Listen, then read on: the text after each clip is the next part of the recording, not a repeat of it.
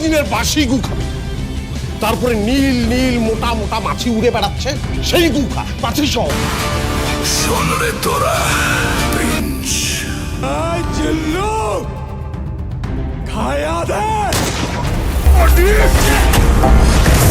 আসলে জন্মের পরেই তো শুরু হয় দমের খেলা। টলিউডে এই মুহূর্তে সবচেয়ে বেশি আলোচনায় ঈদের সিনেমা। একসঙ্গে আলোচিত তারকাদের সিনেমা ঈদে মুক্তি পেয়েছে। যেসব সিনেমাগুলো ঘিরেই দর্শকদের কৌতূহল, কে কোন সিনেমা দেখবেন সেই হিসাব করছেন। এরই মধ্যে ট্রেলার, ট্রিজার ও প্রচারণা ঘিরেই আলোচনায় রয়েছে ঈদের সিনেমার বাজেট। এই বাজেটে একটি অন্যটিকে ছাড়িয়ে যাওয়ার আভাস। ঈদের কোন সিনেমার বাজেট কত? বাজেটে শাকিব, সিয়াম, রাজ, নিশোকে এগিয়ে। গত বছর ঈদে আলোচনায় আসে তানিম নূর পরিচালিত সিনেমা উৎসব। এই সিনেমার পর এবার বনলতা এক্সপ্রেস নিয়ে আসছেন তানিম। তিনি জানান, ঈদে সিনেমাটি শুধুই মাল্টিপ্লেক্সের শাখাগুলোতে মুক্তি পাচ্ছে। গত বছরও একই পথে হেঁটেছিলেন, চেনা পথেই এবারও পা বাড়াতে চান। এদিকে সিনেমাটির প্রচার ঘিরে আলোচনায় রয়েছে। তারকাবহুল সিনেমাটি নিয়ে শুরু থেকেই শোনা যাচ্ছিল বড় বাজেটের। এ প্রসঙ্গে পরিচালক তানিম নূর বলেন, আমাদের সিনেমার প্রয়োজনে যে বাজেট দরকার সেটাই পেয়েছি।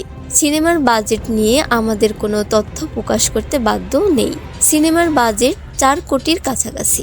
সিনেমায় অভিনয় করেছেন মোশাররফ করিম, চঞ্চল চৌধুরী, শরীফুল রাজ, আজমেরি হক বাদন, সাবিলা নূর সহ অনেকে।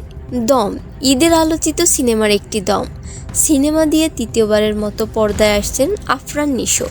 নায়িকা হিসাবে রয়েছেন পূজা চেরি। সিনেমার শুটিং হয়েছে কাজাখিস্তানে। সিনেমার জন্য বিশাল আয়োজন ছিল, যা সিনেমার ট্রেলার ও ট্রিজারে প্রকাশ পেয়েছে। তবে সিনেমার বাজেট নিয়ে আপাতত কথা বলতে চান না প্রযোজক শাহরিয়ার শাকিল। তিনি জানান, দেশের সিনেমা অঙ্গনে এখনও কোনো বক্স অফিস নেই, যে কারণে আয় ব্যয় নিয়ে কোনো কথা বলতে চান না। আমাদের দম সিনেমাটি বড় বাজেটের। এর আগে তুফান ছিল বড় বাজেটের, সেই বাজেট এবার ছাড়িয়ে গেছে, এটুকুই বলবো। এটাই এখন পর্যন্ত আমাদের বড় বাজেটের সিনেমা রাক্ষস। শাকিব খানকে নিয়ে বরবাদ সিনেমার পর এবার সিয়াম আহমেদকে নিয়ে নতুন সিনেমা রাক্ষস নিয়ে আসছেন পরিচালক মেহেদী হাসান। তবে বড় বাজেটের বরবাদ এর চেয়ে কোনো অংশেই নাকি কম ছিল না সিয়ামের এই সিনেমার বাজেট।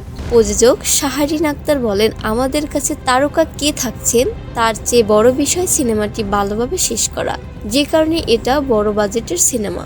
বরবাদের চেয়ে কোনো অংশে ছাড় দিয়ে কাজ করিনি, যা যা দরকার ছিল করেছি।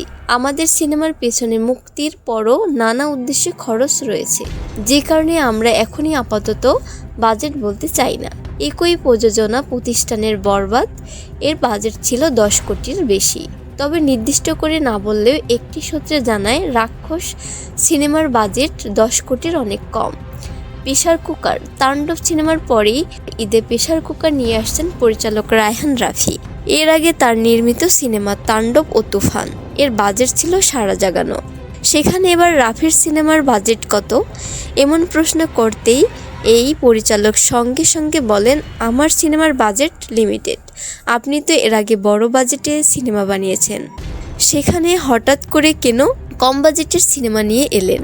রাফি বলেন, আপনি যদি তুফান ও তাণ্ডব সিনেমার সঙ্গে তুলনা করেন তাহলে আমাদের সিনেমা বড় বাজেটের। আগের মতোই গল্পের প্রয়োজনে আমাদের এই সিনেমার বাজেট যা দরকার ছিল সেটা ঠিক। আমরা শুধু কোনো অপচয় করিনি, তাহলে বহু টাকা খরচ করতে পারতাম। বাংলাদেশের এই সিনেমা বাজার থেকে একটা সিনেমা যে অর্থ আয় করতে পারে, তার জন্যই যে বাজেট দরকার সেটাই আমরা খরচ করেছি। মার্কেট বুঝে খরচ না করলে আমি টাকা উঠাবো কিভাবে? তবে কত কোটি টাকা সেটা বলতে চান না। একটি সূত্রে জানায়, সিনেমার বাজেট 2.5 থেকে 3 কোটি টাকা।